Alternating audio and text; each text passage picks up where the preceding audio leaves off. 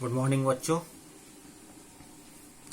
आप लोगों को कल हमने कूलाम के नियम के बारे में बताया था कि दो बिंदु आवेशों के बीच लगने वाला वैद्युत बल F equal to 1/4πε0 Q1 Q2/r²।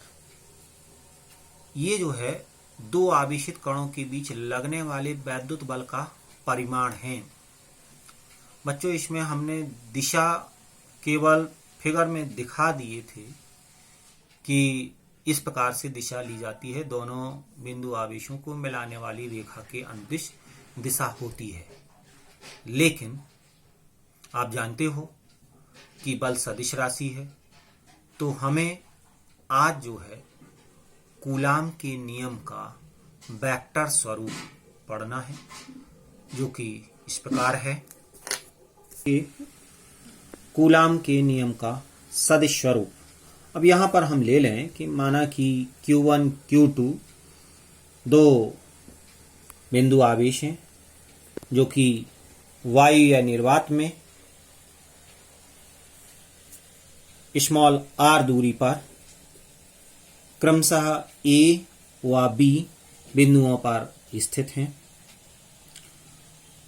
अब यदि हम ये माने कि आवेश Q1 के कारण आवेश Q2 पर लगने वाला वैद्युत बल, इस Q1 आवेश के कारण Q2 पर लगने वाला वैद्युत बल वेक्टर F21 यानी लग रहा है किस पर, 2 पर, किसके द्वारा, 1 के द्वारा, तो इसे हम वेक्टर F21 से प्रदर्शित करें तथा आवेश Q2 के द्वारा आवेश Q1 पर लगने वाले वैद्युत बल को वेक्टर F12 से प्रदर्शित करें। 1 पर लग रहा है, आवेश Q1 पर लग रहा है, किसके द्वारा, 2 के द्वारा, इसलिए 1 जिस पर लग रहा है उसे पहले सफिक्स में लिख रहे हैं, जिसके द्वारा लग रहा है उसे बाद में लिख रहे हैं। इस प्रकार से व्यक्त कर रहे हैं।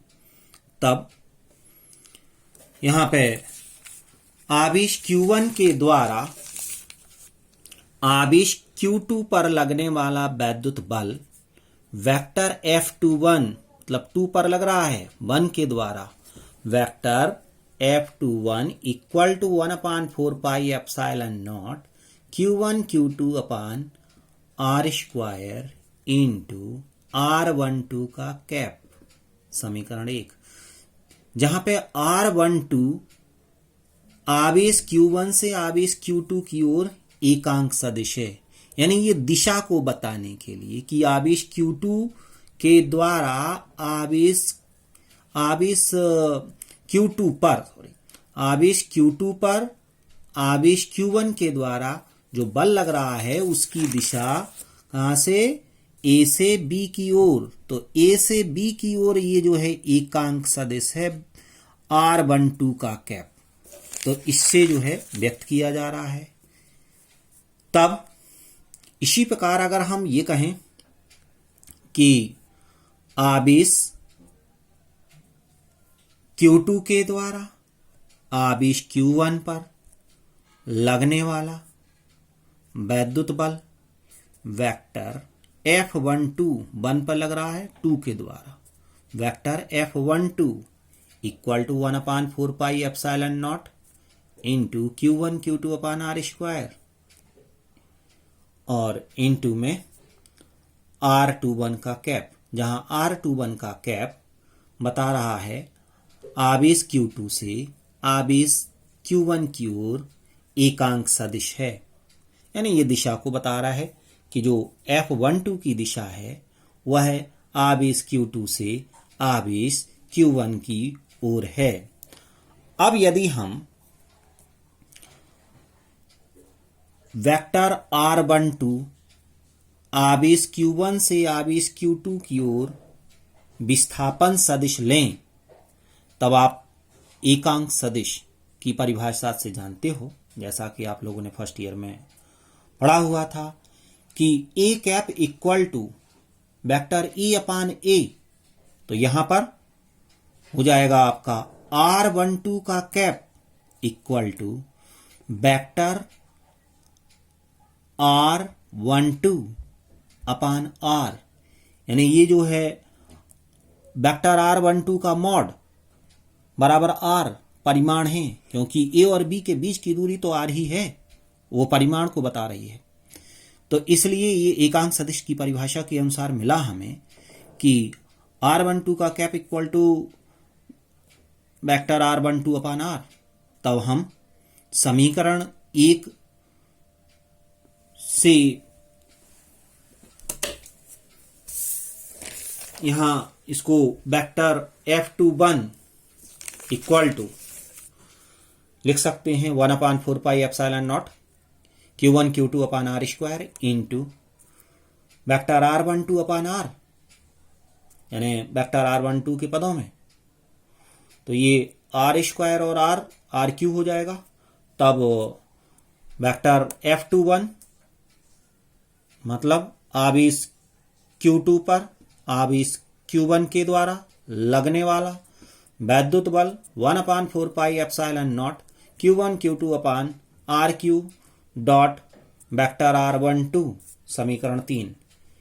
इसी प्रकार यदि हम वेक्टर R21 आवेश Q2 से आवेश Q1 की ओर विस्थापन सदिश लें, तब एकांक सदिश की परिभाषा से फिर से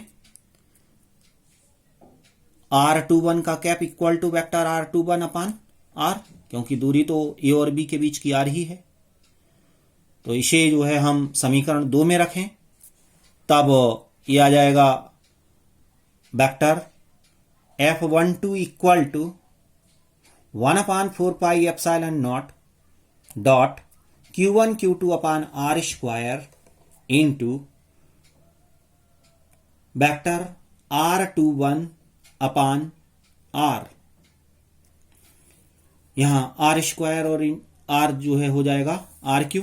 तब आपका ये समीकरण हो जाएगा vector F12 equal to 1/4 pi epsilon nought Q1 Q2 upon R cube into vector R21, समीकरण 4। अब आपने पढ़ा हुआ है विपरीत सदिश फर्स्ट ईयर में कि यदि दो सदिश जिनके परिमाण बराबर परंतु दिशाएं विपरीत होती हैं विपरीत सदिश कहलाते हैं। तो यहां पे ए और बी बिंदुओं के बीच की दूरी स्मॉल r है। ए से बी की ओर विस्थापन सदिश ले रहे हैं तो उसे वेक्टर R12 से व्यक्त कर रहे हैं, और बी से ए की ओर विस्थापन सदिश ले रहे हैं तो वो वेक्टर R21 है। तो ये दोनों विपरीत सदिश हुए क्योंकि परिमाण बराबर हैं, दिशाएं विपरीत हैं। एक में ए से बी की ओर, दूसरे में बी से ए की ओर। इसलिए ये हो गया आपका vector R21 equal to minus vector R12। तो हम समीकरण 4 में वेक्टर R21 रखें तो ये हमें जो है मिलेगा vector F12 equal to minus 1/4 pi epsilon nought Q1 Q2 upon R cube into vector R12, समीकरण 5। अब हम समीकरण 5 और समीकरण 3 की तुलना करें, तब इसमें मतलब हम जो 1/4 pi epsilon nought Q1 Q2 upon R cube into vector R12, इसके स्थान पर समीकरण 3 से वेक्टर F21 रख दें तो हमें मिलेगा vector F12 equal to minus vector F21। ये समीकरण 6। समीकरण 6 से स्पष्ट हो रहा है कि आवेश Q1 पर आवेश Q2 के द्वारा लगने वाला बल का परिमाण और आवेश Q2 पर आवेश Q1 द्वारा लगने वाले बल का परिमाण तो बराबर है परंतु दिशा विपरीत है।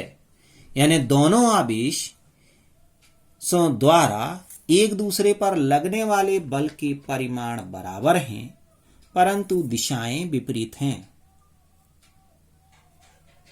इस प्रकार कूलाम का नियम न्यूटन के गतिविषयक तृतीय नियम का पालन करता है। यानी दोनों बिंदु आवेश एक दूसरे पर बराबर परिमाण का बल लगाते हैं, परंतु बल की दिशाएं विपरीत होती हैं। यही कूलाम के नियम का सदिश स्वरूप है। धन्यवाद।